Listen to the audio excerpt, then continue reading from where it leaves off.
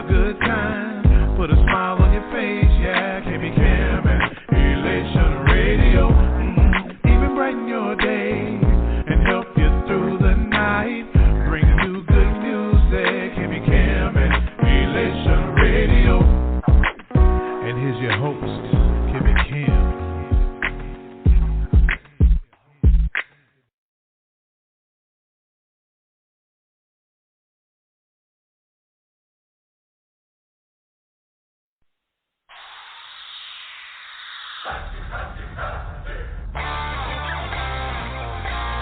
You're so amazing. Yeah. You're so amazing. Yeah. You're so amazing. You're so amazing. I'm a sun by you, so astonishing. Future looks bright, so promising. You're a great wonder, no wondering. Lord, you're amazing. You're so amazing. Yeah. I'm amazed by you, I'm in awe. Your ways are perfect, there are no flaws. Hard to come in here and know it sounds out, but Lord, you're amazing. You're so amazing. Yeah. Referring to the Virgin Mary, it's not a fairy tale. Never had a plan, but it did fail. Poured out blood, I escaped hell. Lord, you're amazing. You're so amazing. Yeah. Set me free, you gave me eternal life. You gave up your life, you sacrificed. Made old things new, made the wrong right. Lord, you're amazing. You're so amazing. I need depending on you whenever life gets hard. And a bastard, you are the son of God. A real chef on my staff, my rock, not let them under God's no fake, no far. Bigger than bigger, so humongous, the real Godzilla. But you ain't no monster, powerful. Also fitted that before time you already existed. You gave your life for me. You're so amazing. You set the cap, the screen. You're so amazing. You died for a wretch like me. You're so amazing. On a day, on Calvary. You're so amazing. My God is amazing. Look at the grace that I lay up in. Look at the name we entangle with. Look at the flame is lit. You cannot shame a kid. On mission, you know it's every day. And we count the cost, that's a major bank. My sins on the cross, that's a heavy weight. Yeah, you made a way, now we tailor made. And he done met the man all I ever need. Spirit running through me like I'm on an IV. Now they see me shine bright like some high beams. And we dripping with the vision, cut the visine. And we blazing trails like it's game time. And we bring the heat like it's wave time. And he take the lead like it's game fine. And y'all be my set, so I bang mine. Praying that these young hitters really get it. Hope they know they got amazing, this is not a gimmick. Hope they know they like official, man, it's not a scrimmage. Hope they know that he is risen, you can come and get it. They say that they bout they green like they Kyrie. I say that I'm about my king like I'm Bloody. They say that they bout they green like they Kyrie. But I say that I'm about my king like I'm Bloody. Yeah. You gave your life for me. You're so amazing. You set the cap, the screen. You're so amazing. You died for a wretch like me. You're so amazing. On a day, on Calvary. You're so amazing. I remember when he saved me. I remember when he raised me. And I give him all the praise. Lord, you're amazing. You're so amazing. Yeah. I remember on the day that Jesus healed my baby. He's a healer, he's amazing. Lord, you're amazing. You're so amazing. Yeah. I can't count on with a maybe. Gotta praise him on the daily. He'll never leave me, never forsake me. Lord, you're amazing. You're so amazing. Yeah. I think the world got it mixed up. Selling your soul for the big bucks. Gotta go to God, get it fixed up. Gotta go to God, get it fixed up. Your shame low, get it picked up. New living water for your hiccups. Drinking new wine in the big cup. And I get it finished in the big truck. Take it to the hood, they know what's up. Think about it, get it, then I cut up. Cause without Jesus, I nuts up. Put all your good fans and butts up. You gave your life for me. So amazing. You set the cap, the screen. So amazing. You died for a wretch like me. You're so amazing. On a day, on Calvary. You're so amazing. The OG track. Feature my man, T-Way. K-Show. So amazing. My main man, Jay Wills. Shout out to the A. PC. You're so amazing.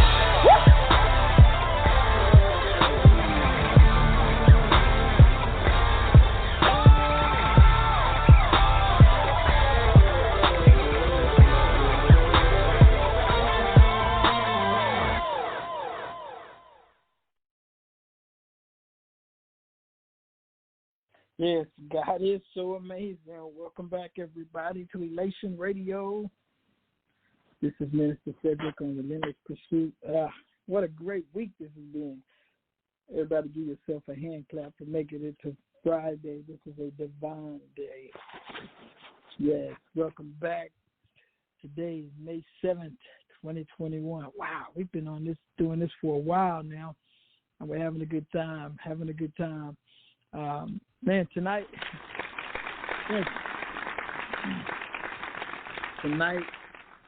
is one of those nights. And all day today, I've been. This week has been a very challenging week for me. And I don't know. Sometimes I don't know. Has anybody ever felt like we blew it with God? We just blew it big time in the kingdom. I know last week we were talking about being friends, becoming better friends, being brothers, and we've been talking about things like that. But you know what to do, how to get it right with God. You know, because I've been feeling like today. I was just wondering today. I was like, man, God, what did I do to make you so good to me? For you to make even my worst mistakes or the worst breaks I've gotten in life, but you always make them all right. And I just started thinking, and I was talking to one of my friends, and this particular friend a lot of times feels like the world is against them, and they just have a hard time dealing with the struggles, everyday struggles, because it seems like when you struggle, it's like it comes 1, 2, it's like tenfold. You know what I mean? you struggle to keep a nickel in your pocket, but the bill comes in and it's $50. So you realize how short you are on the bill. So that's kind of what I wanted to talk about today. And just so you know, one of my favorite characters in the Bible to talk about is David. Now, and I'm talking to my friends out here today, and we don't have to be all deep and holy and super spiritual. I want to be real. I want to be real honest with how I'm feeling, but I also want to be real honest in helping people get back. You know, let's take back what the enemy is trying to steal from you, right? Or if he's stolen your joy, let's take it back. Let's take it back, because you know what? You know, when you fight, I can tell you some personal experience. When you're out here fighting, whether you're on the streets or you're in a war zone, you got your uniform. When you're out here fighting, and this is even for spiritual battles, man, sometimes survival is like the very first thing you think about. It's like, oh my God, you know, that's the first thing. We want to survive. That thought goes through your mind, and you know what? Here it is. When you start thinking of yourself a lot like that, even if it's just for a brief moment, you hold on to God, but your mind goes to the task at hand. So sometimes that's where we go. And I've met people like that, and I see people like that. So let's go ahead and welcome on my partners in crime. Brother Jason, you out here today? I know you're hanging on with me. I just got to give him another second. He'll be on. But I definitely want to talk about that a little bit, because I'm telling you, like I say, the struggle is real. I used to always hear the younger generation say, the struggle is real. And I'm like, yeah, I ain't even going through anything. It's not even a real struggle just yet. You know, don't wait until life gets to talking to you. You wait till your mistakes talk to you when you are all alone and it's just you and the memory of that dumb thing that you just did. And I'll tell you something. This is something I learned as a very young Christian. Even godly people do sinful things. That's right. Y'all have heard the saying, and I'm sure our parents, you've heard your parents, your uncle, friends, somebody says, what you do in the dark will come to the light. You know? And so, I don't want to just be a naysayer today. I want to talk to everybody about, you know what, how we can rebound from that. How can we? Because one of the things I often think about, and the Bible says in Romans 3:23, says something to this effect, all have sinned and fallen short of the glory of God. Yeah. As a Christian, whenever I get into an argument with somebody who is either a new Christian or saying something negative about us as a whole, as Christians, as followers of Christ, as believers in Christ, they say, well, everybody's sin. I mean, what does that mean? I said, I don't want to just tell you that you sinned. See, I want to do something. I want to do a little something today, and I want to help you. I want to help you recover from that sin. I want you to understand that yes, you did this thing, but you too, just like me, just like everybody else has the opportunity. Even though you did that thing, that foolish, dumb thing, you can recover from that, and you can get this thing right with God. It ain't never too late. It ain't never too late. Never is it too late. All right, Jason, when you get on, just say a word for me. You can interrupt me. I don't mind. And so I want to talk to you about that, right? So, yeah, just think about this. You've done it all wrong. And now you want to try to get it right. I want to recall you. I want to take you back to a story in the Bible. And oh, man. I want to take you back to I want you to look at Psalm 51. Psalm 51. And the reason why I like Psalm 51, I just want y'all to know, one, I want to talk about David, right? But you know, that song, it starts out, I mean, David is kind of, he done some things. He's going through some things, right? And I'll get into the background a little bit more as well. I'll get into the background a little bit more, but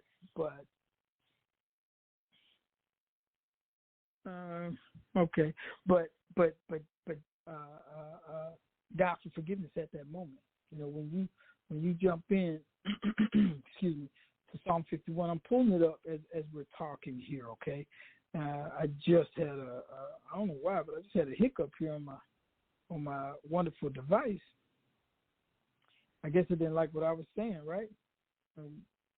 Maybe it was God, right? Ooh. But anyway, David had a thing, and I'm gonna give you just a quick second to pull up Psalm 51 now that I've found it myself. It started out really, really simple. He started out by saying, "Have mercy upon me, O God, according to thy loving kindness, according unto the multitude of thy tender mercies, blot out my transgression." Yeah. Brother Jason, are you on? Can you hear me? Yeah, I got you, Kimmy, sir. you want to make sure you're on here? All right. Good. How you? Man, everything's going well. I'm just kind of listening to, with the Psalms 51 and David. He's one of my favorite characters of the Bible. One of your favorite. What's so special about David to you? Tell me about I tell you what I love. We're going to talk about it. What I love about David is you saw his submission, right? When you think about David and his submission, and the one that pops out was, of course we know about his discretion, his indiscretion with Bathsheba. But the part of the story that really stands out to me was when Samuel came to him and told him, your first son is not going to make it. And David just prayed, and he just made himself available to God and just prayed and say, please don't do this, please don't do it. And when it finally happened, it was to the point where his servants, they were like, man, I don't want to tell David this happened. You see how he's been praying and how he's been asking, and they were afraid of how he's going to respond to it. But he walked out, he saw them whispering, he knew exactly what happened. And when he confirmed the story, he just like, okay, God, you said you were going to do it, and you did it. I'm just going to walk away from it, and I'm going to accept what you give me, and I'm going to move on. And that story in and of itself is just, I don't know. I think to myself, and I haven't always been perfect, and God has seen fit to, allow His justice to come down on me. And I hadn't been as good as David. Been like, oh man, there's been some arguing, some like, man, why? I know I'm supposed to, but you couldn't give me some grace right here. But just that level of submission in how He responded, just reminds me that even when God does something that seems to be bad for us, in the long term, it's still God moving in our life. And I think He reflected that. He's like, well, you know what? God is a God of His word. And, although He may not answer my prayer, I can still rely on the fact that God is a God of His word. And then in that response, he kind of almost like didn't think about the impact that he had on him, but the reflection and the character of God being just reinforced. So that's what, like I said, I love David for that one. And see, that I thoroughly enjoy it. I thoroughly enjoy the story. And I'm gonna be honest. I apply it to my life, right?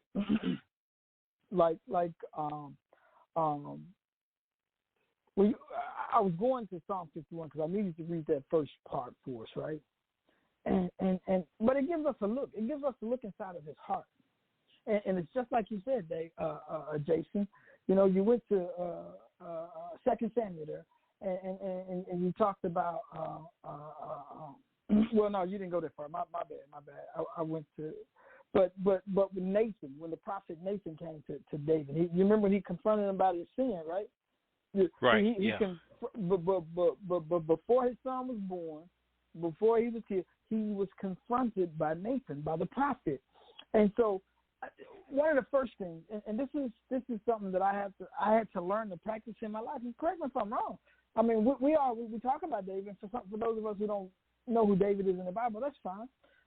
That's fine. Again, you Psalm 51, you can go, but 2 Samuel is where it's going to give you a more fuller picture of David. But we find that he's been confronted about a sin. And what was the first thing that David did after he realized what was going on? The first thing he did, Jason, was he came clean with God. Well, that's one of the first things he did. Okay, after he got through his denial stage and he understood what was going on. So for me, how we gonna get this thing right with God? First off, we got to come clean. How do we come clean with Christ? Have you had an experience, Jason, where you had to just be straight up? You know how we always like to say these days, I'm just gonna keep it 100. I'm gonna keep it 100. Were you able, first time out the gate, to keep it 100 with God? Or last week with somebody being better friends, were you able to do that? Are you able to do that? Go ahead. I'm sorry, I didn't mean to cut you off. And I'll tell you, I've gotten better at it. It has been a growth because our initial response when we do something wrong is defense, right, and justification, right. It's hardly ever that you hear people say it wasn't wrong. What they will say was, I was justified in doing it, right? They would give you a justification. Yo, man, you were kind of a jerk to that person. Well, last week they didn't pay me. They owe me some money, and they didn't pay me my money, and I lost out on a good deal because they didn't pay me my money, right? So never once did they say, no, I wasn't mean to him, or that behavior was that wasn't bad behavior, and that tells me that most people they can see their wrongs, but because of their own sense of what's going on in me, I feel like I was wronged. I feel like I'm justified in acting and behaving this way. Then I'm not even gonna talk about my wrong. I'm not gonna talk about my reasoning, and that's something I struggled with for the longest time. But I just had to catch myself, and and I just had to ask myself the same very clean question I asked myself today: what does God think about it? Well, it's wrong. God's not saying, well, Jason, you feel justified. So. Yeah, and when you start to look at things like that, Jason, correct me if I'm wrong, but when you start to look at things and you start to look at your situations like that, you stop worrying about your reputation being tarnished, right? You stop worrying about people being able to see who you are, right? You stop, or shall I say, some of those insecure feelings start to kind of fall away, don't they? Because you're not worried about nothing.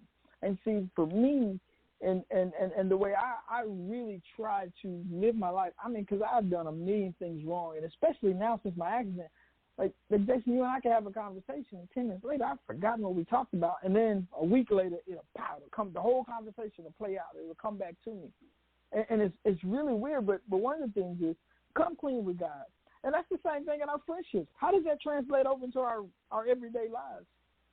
Jason, you my brother. If I wrong you, I have to be able to come clean with you, right? I have to be able to come to you and just be straight up and be honest and not worry about you. I tell you, I got this one friend, you know him, Jason. I ain't gonna call his name out.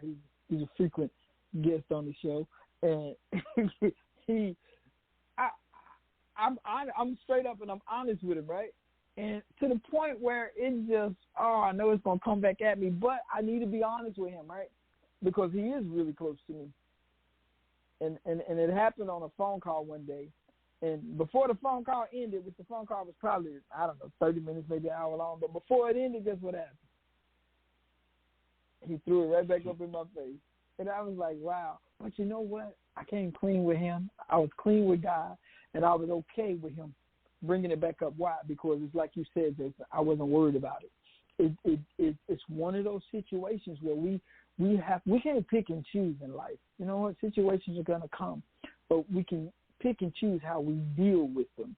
And so since he's a really close friend of mine, I took it, and I take it in stride every time, knowing that he is going to hand me the truth. And then the next thing, here's the beautiful thing. Now, I'm talking about I wronged him, okay? I wronged him. I told him how I felt, and of course, he threw it back up in my face. But the next step, like we found with David, the next step he took was, here it is. He asked for forgiveness. What? How many of us, and what's the reason? We feel like we are not in God's good graces. We feel like, God, I done blowed it. It's over with. I'm going to fall down and I'm going to pass out. I'm dead. I know you're never going to forgive me. But again, David committed adultery. David had a man murdered, right? David tried to bribe a man. He did all these dishonest things. Yes, he did. But another thing he did right away was he asked God for forgiveness. He asked him. And that's something that we have to do as Christians. Or, you know, whether you're a baby Christian or you are a very seasoned, mature Christian, we have to ask God for forgiveness. You know, and I think that forgiveness piece is a challenge, because I've seen it on two different sides, right? And both sides, I would tell you, are wrong, right? It's the one side where you're like, well, I don't need to ask for forgiveness because I didn't do anything wrong. And in that, you're telling God that you're right, your standards and your rules that you set are not, they don't apply to me, right? Because you're like, well, I don't need to ask for forgiveness, you know, because I didn't do anything wrong. But then on the opposite end, and where I see a lot of people dwell in, is, well, I can't be forgiven because I've done something so bad, right? And what they don't understand is that same attitude is just like telling God your rules are wrong, right? You know, if I look at somebody and say, well, I didn't do anything wrong, so I don't need to apologize, it's just like saying I'm too bad to be able to for you to accept my apology, because God's word is really clear. There is nothing that you can't do, that there's nothing you can do that's going to separate you from God. All you got to do is ask for his forgiveness. And if you believe in yourself that you are too bad to be forgiven, and you're really telling God that, no, God, what you say don't apply to me, right? So you're doing the exact same thing as a person that says, you know what, that rule don't apply to me. I didn't do anything wrong because I don't think I did anything wrong. Well, it doesn't matter what you think and what you feel. It's matter about what the Word of God tells you. And you know, so I challenge people when they come to me and say, well, I'm not good enough. You know, God never going to forgive me. I've done too much wrong for him to forgive me. And I'm like, you know, when you say that, you know, the Word of God says that, you know, that you can be forgiven for anything. So are you telling me God is wrong? And they look at me, they're like, what? I'm like, you know, like, I understand you're trying to have this pity party sympathy thing, but in that, understand what you're actually doing. Understand what are you kind of professing, right? When you tell me I'm too bad for God to forgive me, well, you're basically saying God's a liar. I mean, at the end of the day, because God has already said there's nothing you can do that I can't forgive you for. And if you're saying that, well, I obviously there's something I can do, well, you're saying that you're right and God's wrong, so God's a liar. And you know, and I'll tell you, it really shifts people's perspective when you start looking at that, you know. So, but that forgiveness it really piece, does. Yeah. So, and like really I said, no, go ahead. No, you finish. Oh yeah, so I'll say, like, that forgiveness piece, it really comes down to self, right, and having a really somber, realistic view of who you are and who God made you to be. Right, I'm no greater than anybody else, so God's rule applies to me. I'm no lesser than anybody else, so I get to accept God's rule. And if you have that somber approach, I think that's what I loved about David. You know, he didn't get mad when God delivered the justice that he gave. He just said, you know what, I'm no better or no lesser than God. God's forgiveness is great, and I'm going to move on. And I thought that was awesome. Yeah, because of the beauty of that. Here it is. If y'all taking notes, just write it down. Here it is. You gotta take responsibility for what you did. You gotta take responsibility for it. You know, if you go to verse 3, it simply says, "For I know my transgressions and my sin is always before me." You know, it's okay to take responsibility for your actions. You know, when you do somebody wrong out here in the world, you know what? It's okay to take responsibility. I can tell you, I knew there was a situation once where a young man and a young woman, they were co-workers, and the young man had just felt so much pressure from this young lady who was always bearing down on him. He couldn't talk to her because instead of asking him to do something, she got to preach a sermon for 3 hours. He just got tired, and it just felt like the weight of the world was on him. So he blew up, right? He let her have it. All right. She cried and ran away. It was not a good situation. The young man came back later, at a later date and time, and he apologized. He took responsibility for his actions. And that's the thing about us a lot of times. I don't believe that if you come to me, and Jason, have you ever had somebody come to you and apologize for something and there was not a little bit of sincerity in it? They didn't really care. They were just saying, "I'm sorry," just because. Have you ever? Oh yeah, they apologize for what I did. That's my favorite. "I'm sorry you did that." Yeah. Why you sorry? Because I'm not. Yeah. And that's usually my response to them. I'm like, "Why you sorry? Because I'm not." But yeah, there's no, you know, or "I'm sorry that I did that, you know, but you did this to me." I'm like, "Oh, there's the but." Yeah, but they make excuses for what they did, but David didn't do it. He didn't do it. Remember, we're talking about getting right with God, but I also want to put in, let's talk about getting right with your friends, with your family, with your coworkers. You know what I'm saying? We want to get right with everyone. We want to be in good standing, if we can, with as many as we can. But ultimately, God is the number one authority, so as long as we're right with Him, you know, everybody else got to do what they do, right? Right. And here's a big one, Jason. Have you ever talked to somebody after they've come to you? Here it is. Or has this ever happened to you? Have you ever rejected the forgiveness? Have you ever been that guy that just says, "Yeah, I know he said he forgive me, but I know they don't forgive me"? I know that. Have you ever run into that before? Now, I'll tell you, I've never. I try to be very somber in my approach, and you know, when people make mistakes, I'm like, it's just part of life. No, so I've always been able to offer forgiveness, no matter how bad the hurt or pain that you've caused me. Right? I have been on the other end where the getting forgiveness was almost impossible. Right? And you know, and honestly, it was with my first ex-wife. I mean, we've been divorced now for it's about to be 15, 16 years. And there was a time when I was coming back to Christ, and to your point, I'm trying to reconcile my relationship with everybody I'd done wrong, and you know, she was on that list. And I went to her and I asked her for forgiveness, and of course she wasn't ready to forgive me. And then I kept asking for forgiveness, and of course she wasn't ready to forgive me. And then at some point, I had to realize that I have to do my part and allow God to do His. And my part is to ask for forgiveness, and I think we don't talk about this enough, right? When you read about the forgiveness in the Bible, the word we like to use is repentance, right? If you really understand what that word means, it means to turn away, right?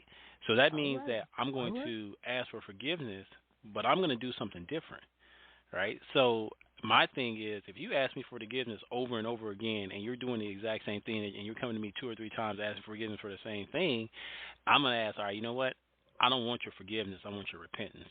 What does that mean? Well, repentance means to turn away. What are you going to do differently so you don't have to come to me and ask me for forgiveness, right? What are you going to do differently? Because I think a lot of times we feel, I don't ever doubt when people feel remorseful for what they do. But, you know, I think my saying is this: does your commitment outlast your feeling, right? Because you may feel remorseful, but are you committed to doing something about it to make sure it doesn't happen, right? And for me, I live this. So when I wrong somebody, and I feel remorseful about it, I'm like, okay, I'm feeling this way, but then I ask God to say, God, show me a different way to act. Show me a different way to be. Show me a different way to respond so that this feeling is not just a fleeting thing. And I think too many times, as individuals, we'll feel bad. I think people truly do feel bad for the things that they do. But I think a lot of times what happens is when that feeling goes away, you're not committed to saying, how do I change my actions so that I'm not acting in the same manner so that now I've done something wrong against this person, right? And so I think when we talk about forgiveness, I think that's the key part. Like you said, when you say, I got to apologize and ask for forgiveness, I think that's a great start. And I think the follow-up is, what do I need to change in my action? And sometimes it did. I just got caught in the moment and I did a bad thing, right? And sometimes that's just like, I guess got to be careful in that moment. But a lot of times it's especially when you see those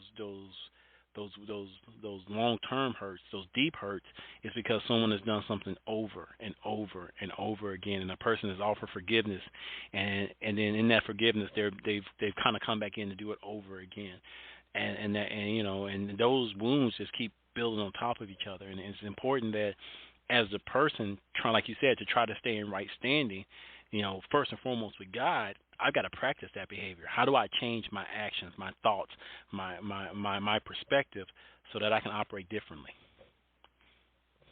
Yeah, because see that's the thing is when you ask for forgiveness, though, you were saying, if somebody comes to me and they ask for forgiveness, I think my duty is, and I think this is what God does to us, is we acknowledge it, and then God forgives us, right? We have a duty to accept the forgiveness. Why? Because I believe it's this way. I believe it's like this. Once you accept that forgiveness, whether it be you asking God because you want to get right with God, or you trying to get right with someone else, you accept their forgiveness. What does it do to the relationship? And this is why I really got to get people to understand. When you accept the forgiveness, it should strengthen or restore the relationship. Am I right? How many people, and this is something that I believe is just too crazy in marriage relationships in our country right now. Somebody in the relationship, I don't know, let's just say infidelity is such an easy one. Let's just say can't manage money. And then the other person, the spouse, says, oh, everything is good, you've been forgiven, or he doesn't trust. They don't trust one another anymore. Is there true forgiveness in that, though? And so I think that if you accept the forgiveness, and what I'm saying is, if your mate says to you, your wife or your husband says to you, baby, I forgive you, then you shouldn't carry that burden around anymore. But most of the time, what do? We walk around thinking that they haven't forgiven us. We walk around thinking that, oh, she's always checking on me. Oh, he's always cutting out. We walk around with these thoughts in our heads, and we haven't allowed ourselves that forgiveness that we're asking God or the other person to give us. And I think that's definitely something big. I've seen it so many times. Like, you got to believe you're forgiven. I mean, Jason, do you believe, like, when you apologize in your example, you believe she forgave you?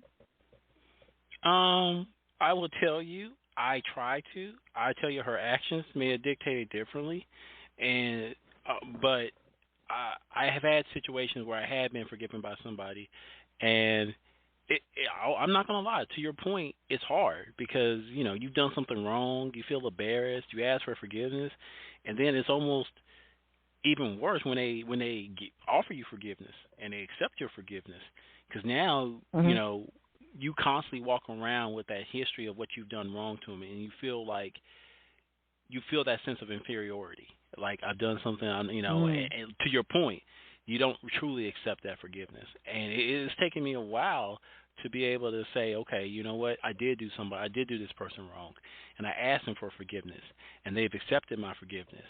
And why am I still walking around with it, right?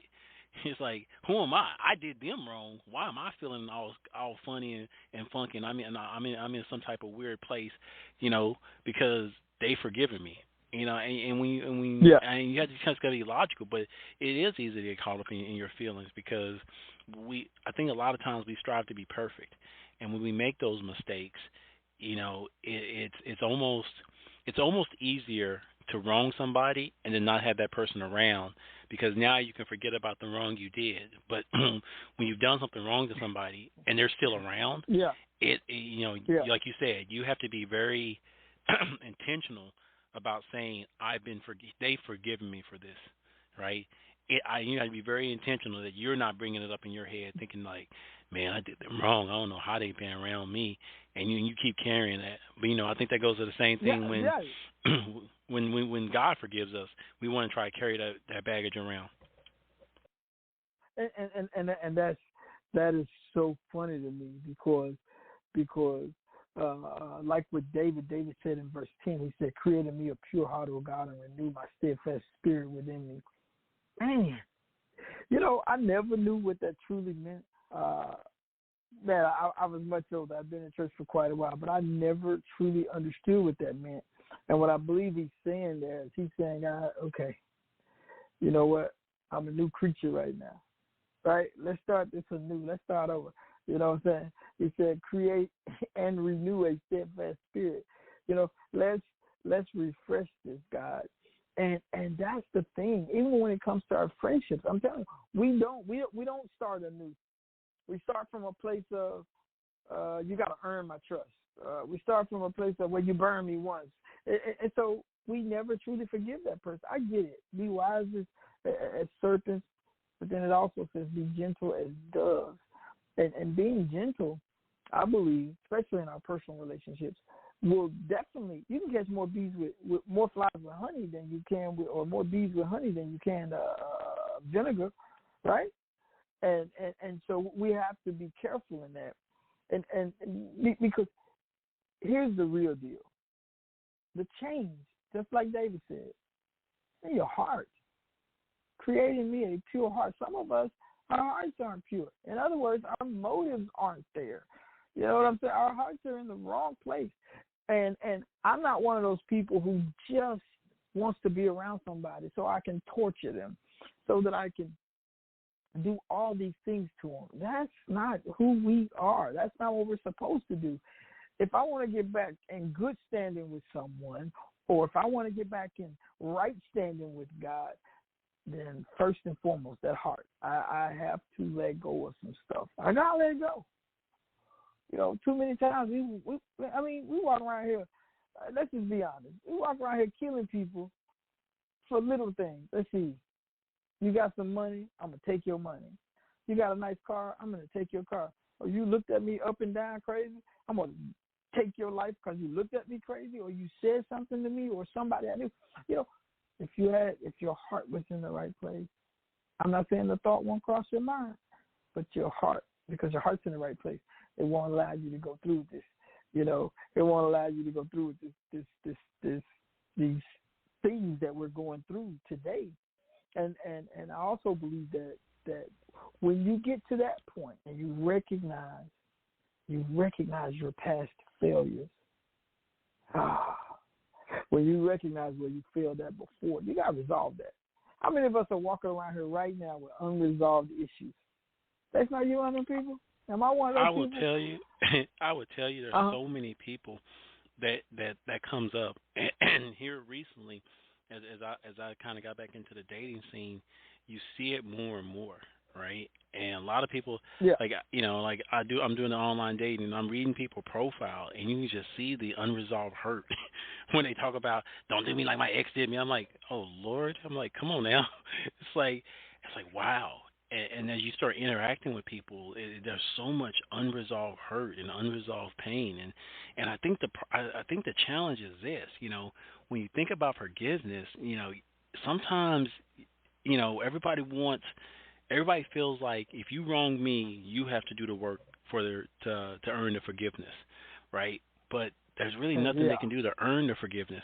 You have to give it, right? And if you're sitting there waiting for them to earn it from you, the reality of it is most people, they don't have what it's going to take to earn it, because you can't earn it. Because to earn it means to undo what you did in the past, and no one has a time machine. right? I can't undo the hurt and pain I caused you. There's no way, right? That's the reality. And I think people have to come face to face to that. When somebody hurts you, you cannot undo it. There is no way to undo it. There's no way to go back in history and change it. What you can do is move forward, understand that the hurt and pain happened, understand where it came from, understand the actions that were taken, but more importantly, and I think this is where people can, I think there's where a lot of opportunities are, understand in me how I process that behavior, that action, right? Yeah, it's easy for me to say I'm hurt by this, but do I understand why I'm hurt by this? Man, I'm hurt by this because when you didn't call me for 3 days, it made me feel like I was insignificant, right? I'm hurt by this because when you call me that name, you made me feel like I was unimportant, right?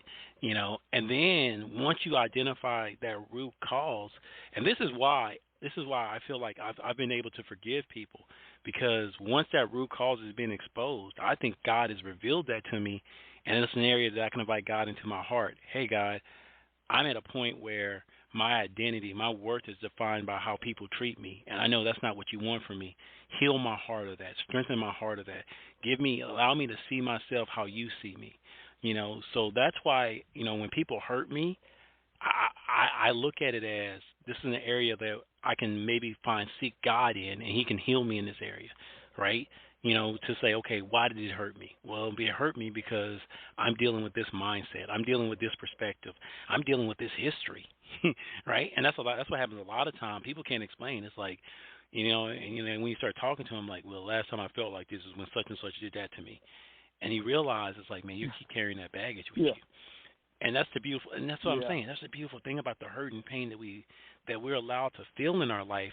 It can be a revelation of some things that we didn't know about, right? And those things we carry. I mean, it's funny. Like for my life, like I grew up without a dad, right? And for the longest time, I would tell you when I was in high school, middle school, even first part of college, I'm like, it didn't bother me, right? I'm like, man, it didn't bother me. I was cool with it. My mom did great. She did all this other stuff. But secretly, there was a hurt in me that I didn't even know, right? And anytime I would get into a romantic relationship, it would eventually fail. And it would fail the exact same way, right? And it took, 2 failed marriages for me to realize there was an impact of my dad's not being there. So a lot of times we're walking around with wounds that we don't even know about. And until we get those addressed, we keep seeing things happen in our life. And I'll tell you, these last couple of years since I have since I have split up from my second wife, it's been a remarkable time of healing, right? Because finally the issue, the wound that I've been carrying for so long has been brought to the surface. And now I can invite God into that with me to say, heal me from this. And it's been I can't say it's been an easy journey, but I would tell you it's been a rewarding journey. And through not only rewarding in the sense that I'm becoming more whole as a person, which makes me just overall a better person, makes me a better worker, makes me a better dad, makes me a better husband, makes me a better church member. It just improves me as a person, but it also strengthens my relationship with Christ. Because now I'm walking in this womb with Him, and I'm seeing His healing power. I'm seeing His comforting. I'm seeing His promises that He's given to me. So it's not easy. I would never tell anybody to, when you face hurt and pains, to dive in the middle of it, invite God, and work your way out of it. It's not an easy process, but it's so rewarding.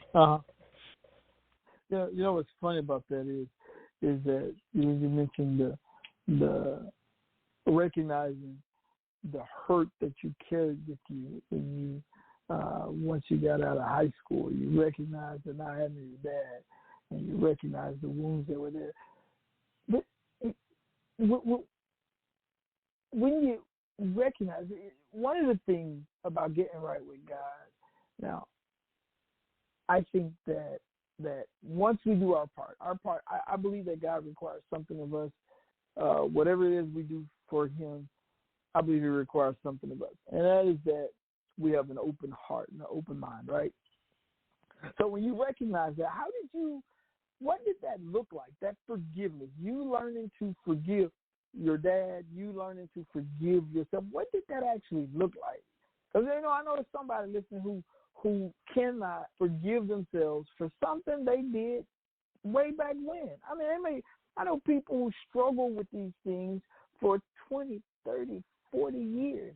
And so it's easy for me to forgive myself for past failures. I'm going to be honest, I had a lot of practice growing up, okay? I failed so much, even in marriage and relationships.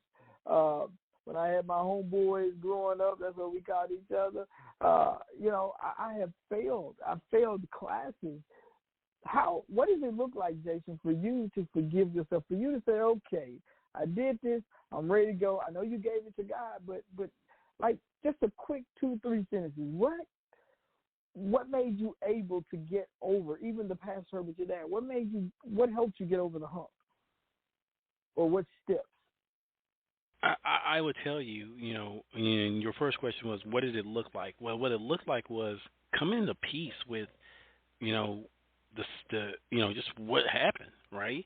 And to know, like, all right, you know what? I'm not perfect, right? I make mistakes, and by the grace of God, I've got an opportunity to do something different. What does it look like? It just looks like, a sense of. I mean, we use this word all the time, but it's such a perfect word, just peace, right? You're not beating yourself up because of what you didn't do. You're not, holding these grudges. You're not walking around with a chip on your shoulder. You've got this peace about you because you understand that I'm forgiven and you're forgiving yourself. And like I said, you don't walk around like you didn't do anything wrong, but you walk around like, I did do wrong. And I think the key point, and I think we talked about this before, when you're at peace when you can talk about it, right? When you can freely talk about it and not feel like you're reliving it, right? When you can talk about, I did that wrong, I did this and that, and not bragging. No, we're not talking about bragging or anything like that. We're talking about being able to confront your own wrongs, and not go through those same sense of I feel feeling bad about yourself and that type stuff. So I think that's a key part of what it looks like. It's you like you said, you just feel a peace about your circumstance and situation, and a realistic about like, hey, this is what it was.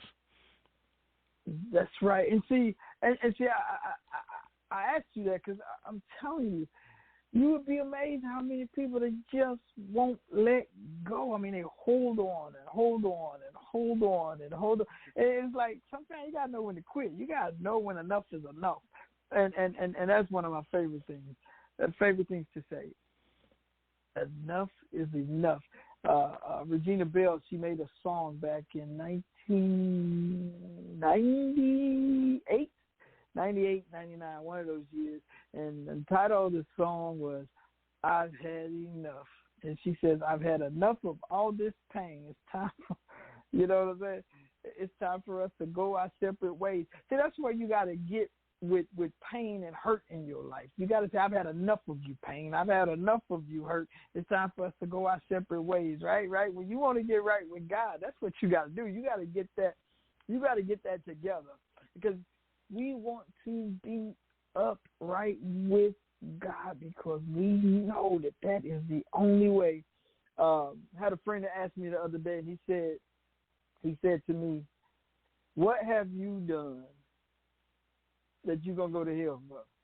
And I said, nothing. And then I said, now if there's something, if there's a trait that I have, or if there's something I've done that could get me there, I said it would be unforgiveness, right? That would be one thing if I held on to. I believe that I would make it into the kingdom if I held on to that. But with him, I knew from the beginning he was trying to set me up. But that takes me to the last thing I wanted to talk just a little bit about before we sign off. This is that one of the things that I believe we have to do. Because in verse 13 and in verse 15, David said this. He says, then I will teach transgressors your ways, so that sinners will turn back to you. And I'm going to skip to 15. He says, open my lips, Lord, and my mouth will declare your praise. Look, listen. He resolved his past. But now, because David, he committed this sin, and God had already cast judgment. His son died, right? But what did David do? Jason, you said it earlier. David prayed and prayed and prayed and prayed to limit the effects of his sin, right? He prayed, even though at that moment, at that time, God did not do so. We have to do that. I believe that that's another step. Again, we're talking about getting back right with God, because when David went through and he prayed and he asked God to say, he said, God, don't let nobody else be affected by this sin. And he prayed for his son, and he prayed. You know what? It's too late. He's already affected, right? I think that a lot of us, when we sin like that, I think what we want to do, and I think what we should do, is we need to pray to God that nobody else is affected by that. You know, I robbed a bank. Well, God, I pray none of my other friends, the ones who unknowingly gave me a ride to the bank, didn't know I was going to go in and rob it. I pray that they don't get in trouble behind this mess. But I'm just saying, I think that God can and will minimize the issues that will come because of your sin, if that makes sense. I'm a father, and if I was just a horrible father, I ran out on my children, right? And then I would pray, God, you know what, forgive me. I didn't mean to run out on my kids, but I just couldn't take it. I would pray that they're not like me. Now, that's hypothetical, and it's a bit extreme, but I'm serious. And no matter what the situation is, I think we need to pray like that. I think we need to, we really need to go that deep, because I'm telling you, Jason, again, you used your example of your ex-wife. Do you still pray for her? Do you still find yourself praying that she's okay, that God will still fix her and keep going? Yeah, I do. And I think when you talk about praying like that, it goes back to the part I love about David. It's that sense of not myself, right? It's a sense of something greater. Mm-hmm. It's a sense of submission to self. So to say a prayer like that means that you're submitting your own self, you know. When you say, I pray that no one else be impacted by this, so you're being selfless. You're not thinking about yourself, and, you know, it's easy to say, God, I pray that this don't mess me up and it don't set me back, you know, but to say a prayer like, I pray that this doesn't affect anybody else, your thought process, your mindset is no longer about you. You're thinking about, you know, the people that may be impacted by you and the things that you've done. And I think that is why a prayer like that is so powerful, because it is getting out of your own self. It is not about your will, but it's about the will of something greater.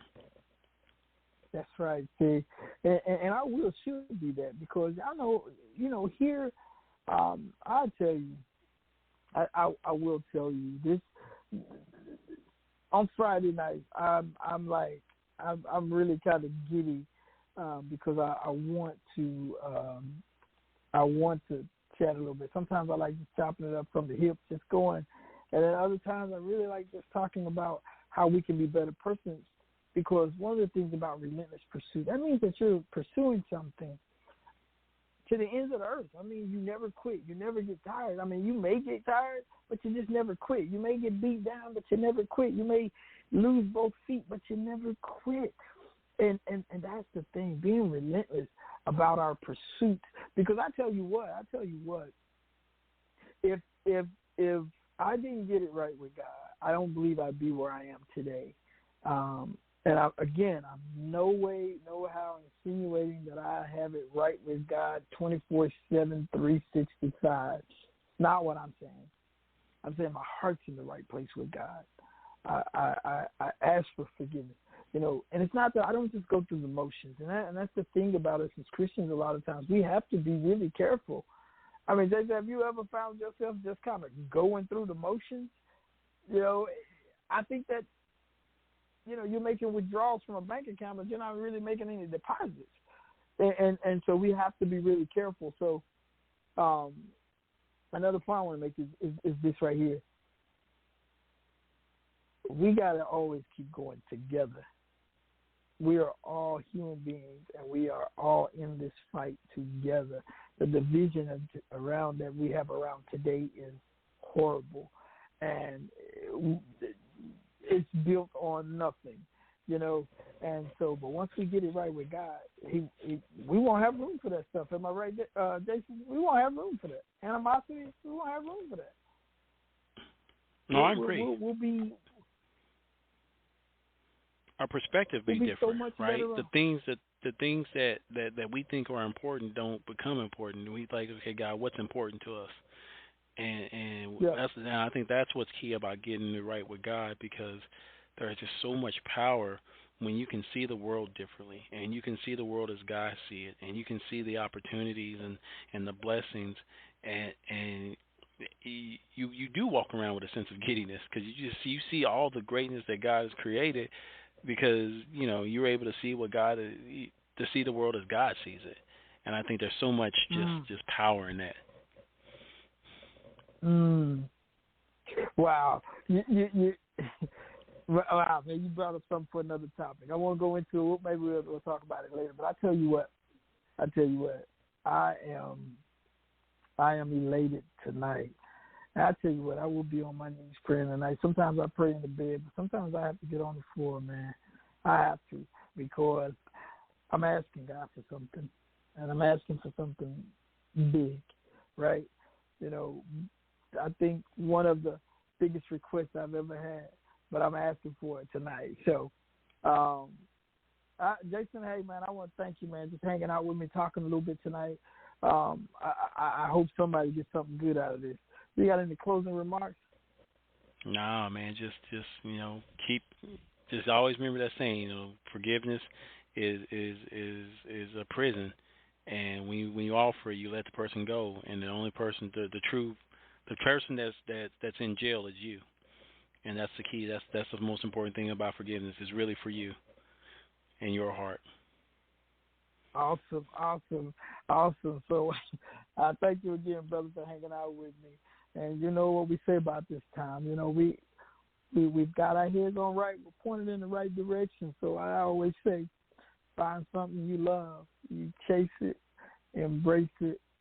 That is your relentless pursuit. This Mr. Sedric. I have a wonderful weekend. God bless you. And Sister Kimmy, we love you. Thank you for everything you do. Everybody have a wonderful weekend. Have a good night. I'll see you later, bro. Shout out D on the track. Paint Music Media. Shout out DJ Lee Productions. And I'm Al Care. But if you a game changer, got my head.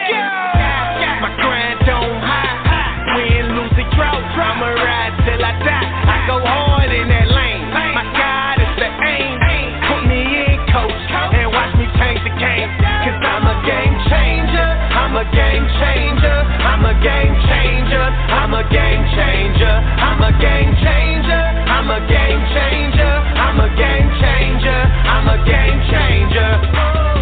I'm full court press, I pledge allegiance to the best. Ain't nothing left to give it that reverence that the Father gets. So every day I work the sweat, can get a flesh, another rest. They say go hard or go home. I say just do whatever's best. It's evident I'm blessed and I work like it. Fight like a Viking, fight like a lichen. The difference is I like it, so I shine like I'm lightning. So I'm going head to head with certain depth. Who you liking? Yeah.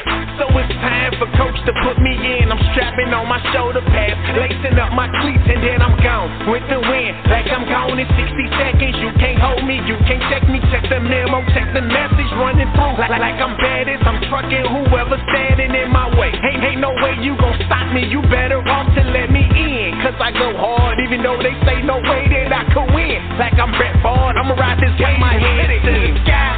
My grind don't hide. Win, lose, or drought, I'ma ride till I die. I go hard in that lane. My God is the aim. Put me in, coach, and watch me change the game. Cause I'm a game changer. I'm a game changer. I'm a game changer. I'm a game changer. I'm a game changer. I'm a game changer. I'm a game changer. I'm a game changer. Yeah, I told you once before, my God came to change the game. Different outlook on to life, a different way to play the lane. Now my rushing yours is skyrocketing, now I'm so insane. For the kingdom building, now my shot, it cannot be contained. So I'm gon' pray for change, for myself and then what I can.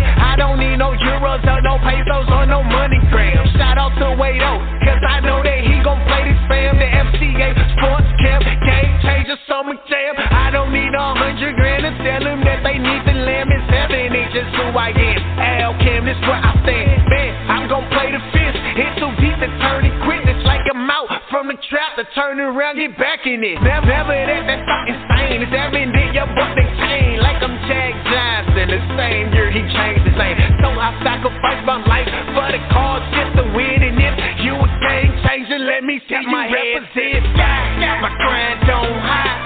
Win, lose, or drought. I'ma ride till I die. I go hard in that lane. My God is the aim. Put me in, coach, and watch me change the game. Cause I'm a game changer. I'm a game changer. I'm a game changer. I'm a game changer. I'm a game changer. I'm a game changer. I'm a game changer. I'm a game changer. Now put me in, coach. Now put me in, coach. Now put me in, coach. Now put me in, coach. I'ma go hard. I'ma go hard. I'ma go hard. I'ma go hard. Cause I'm a game changer. I'm a game changer. I'm a game changer. I'm a game changer. I'm a game changer.